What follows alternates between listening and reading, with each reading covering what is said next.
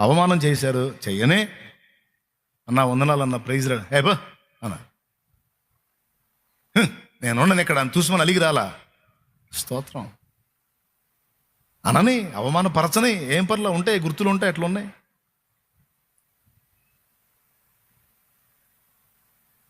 ప్రార్థన చేసుకుని మందిరంలో అట్లా అడ్డం పడ్డా, లే లే నీ పండుకునేది, లే ఇంటికాడ వండుకపో, లే బయటికి పో అన్నాడు. ఎవరిని? ఏం పర్లా, నా కిరీటమే కింద పడలా, దాని గురించి నేనే ఏడిసి మొత్తుకొని గందరగోళం అయిపోలా.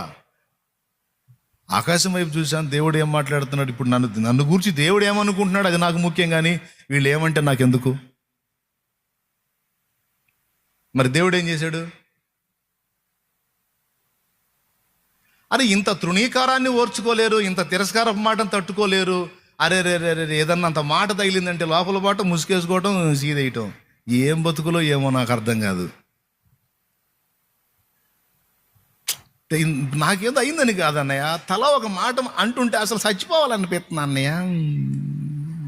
పనికి మాలిందన్న నువ్వేం విశ్వాసం నాకు అర్థం కాదు. చచ్చిపోవాలంటే దెయ్యం ముఖం వేసుకొని దులిపేయటం నేర్చుకోమని దేవుడు చెబుతుంటే ఇలా అంటున్నారు. అలా పట్టించుకోవద్దు.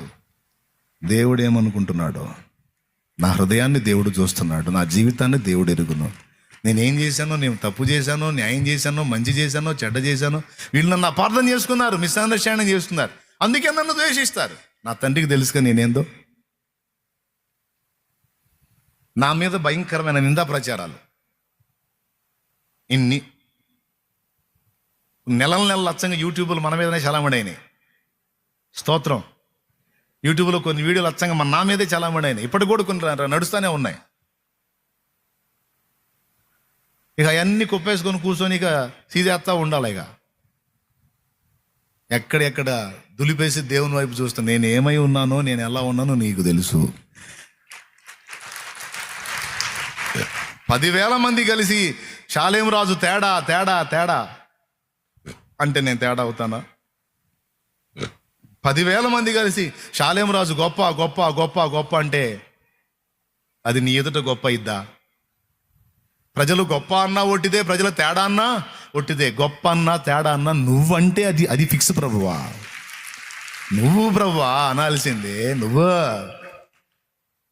ఎంతమందికి అర్థమైంది నా ఎల్లారా? దీన్ని బట్టి ఏం ఆలోచిద్దాం? పరుల మాటలను బట్టి కృంగిపోదామా, కుమిలిపోదామా, నిరాశపడదామా, నిరుత్సాహపడదామా, సావులు బతుకులంటూ ఆత్మహత్యల కోసం ఎదుగుదామా? సింహాసనం కోల్పోయినప్పుడు దావీదుని షిమి అనేవాడు చీ పో అన్నాడు. మళ్ళా దేవుడు సింహాసనానికి దావీదుని తీసుకొచ్చినప్పుడు వచ్చి కాళ్ళ మీద పడ్డాడు.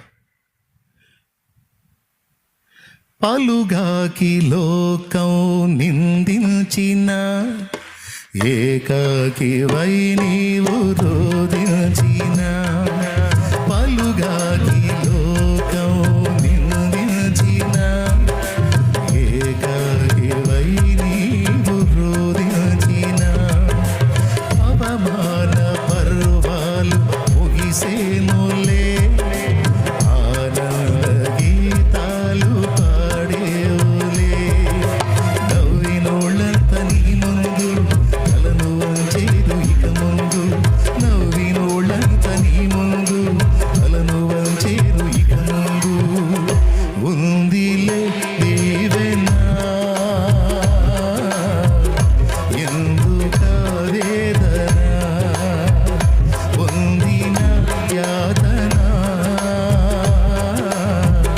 దేవుడే పరచునా, కన్నుల జారిన కన్నీళ్ళు కడిగిన పాదాలు, ఇప్పటి నుండి నీ కళ్ళు చూచును దేవుని కార్యాలు, నీ కన్నుల జారిన కన్నీళ్ళు నడిపెను దేవుని పాదాలు, ఇప్పటి నుండి నీ కళ్ళు చూచును దేవుని కార్యాలు. హల్లెలూయా హల్లెలూయా హల్లెలూయా.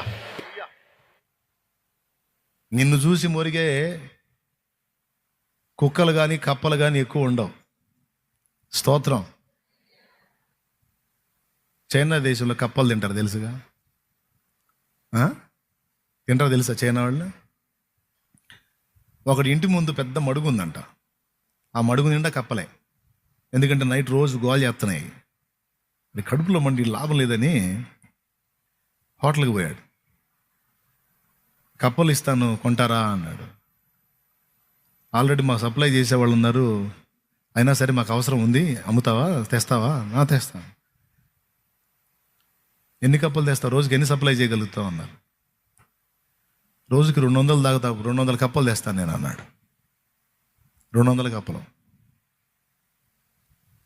200 కప్పలు నువ్వు తేలేవలే కానీ నువ్వు రోజుకు ఒక 50 కప్పలు తెచ్చినా నేను తీసుకుంటాను అన్నాడు. 50?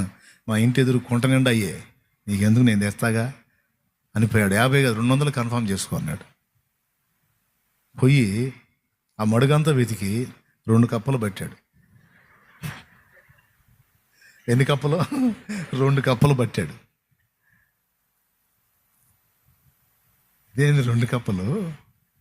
నేను 200 కప్పలు తీసుకెళ్దాం అనుకున్నాను, 2 కప్పలు ఏమున్నాయండి, అయ్యో ఏంటిది అని ఆడు ఆలోచించి ఆ 2 కప్పలే తీసుకొని పోయాడు.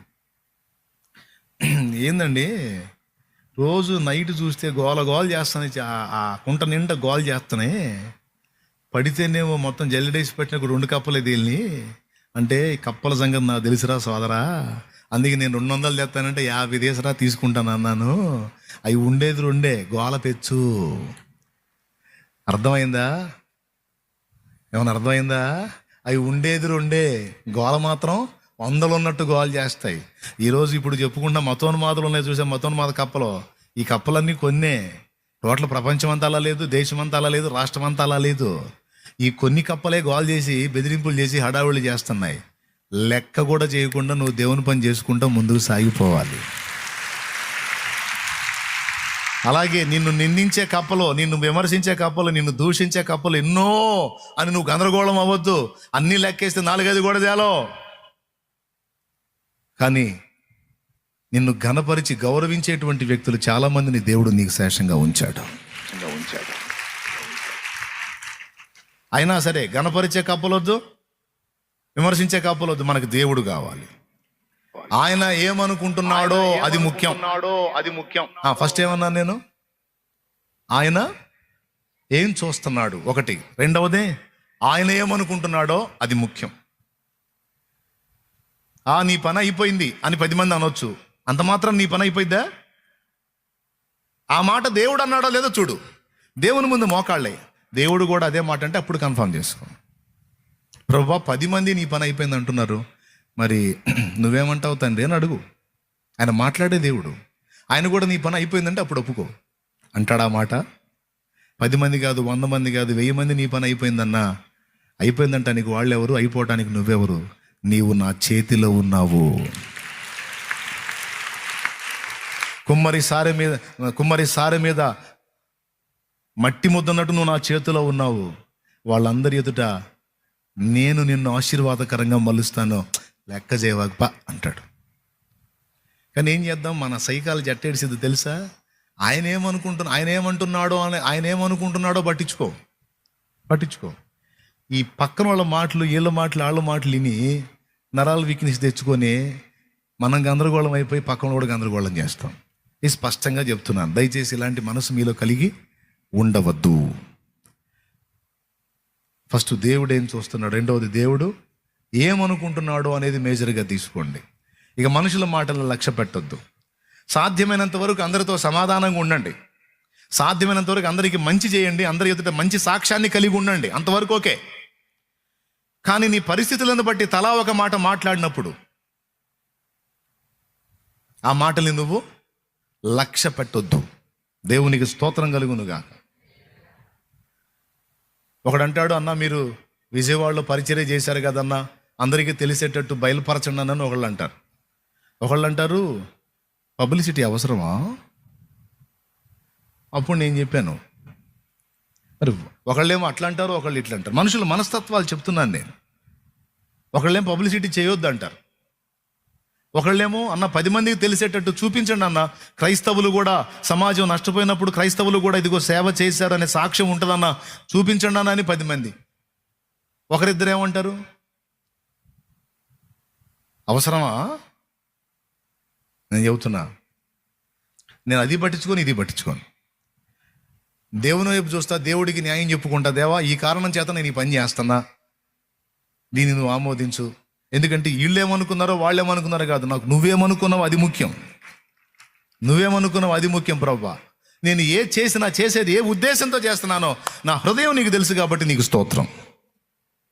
దాన్ని బట్టి నేనేం కలత చెందను. ఏమైనా అర్థమైందా మీకు?